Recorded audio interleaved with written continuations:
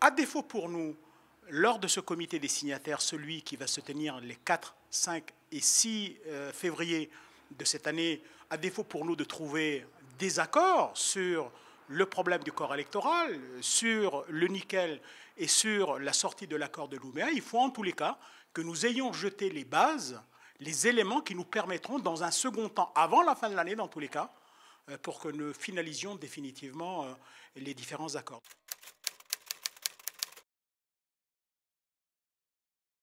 Ce qui en ressort aujourd'hui, c'est que seulement sur les 6 000 personnes, 3 900 peuvent être mis en cause.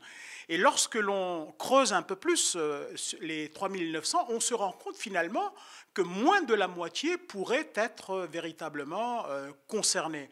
Donc la discussion, elle va être sur ces quelques personnes. De ma lecture et de ma compréhension, il y a certes le point de vue réglementaire, législatif, et puis il y a un point de vue qui relève de la raison. Et donc de ce point de vue-là, moi je ne retiendrai qu'à peine 200 personnes, 170 ou 200 personnes qui pourraient être concernées, dont la légitimité à être sur la liste électorale pour les élections provinciales pourrait effectivement être remis en cause.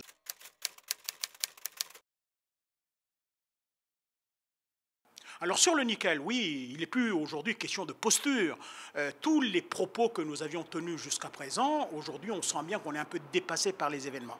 J'avais souhaité il y a déjà quelque temps, ce qui a valu d'ailleurs des prises de bec assez sévères, avec notamment le président de la province Nord, Paul Néaoutine, parce que je demandais à ce que nous puissions entendre l'ensemble des acteurs dans ce secteur en Nouvelle-Calédonie.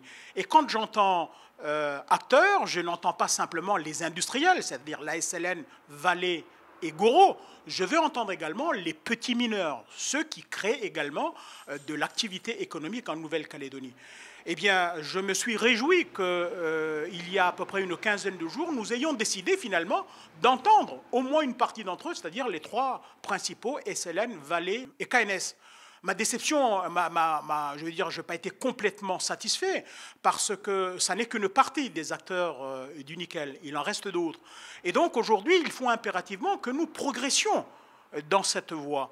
Il y a un acteur qui nous concerne directement, c'est la SLN, parce que c'est un acteur français.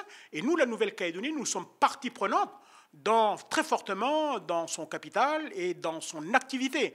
Par contre, KNS et Vallée, chacun sait que ce sont les acteurs principaux, ce sont les deux industriels qui sont des multinationales qui investissent, qui ont investi directement dans leur organisation, qui sont en première ligne dans cette affaire. Donc ce sont trois opérateurs qui doivent être, me semble-t-il, traités différemment.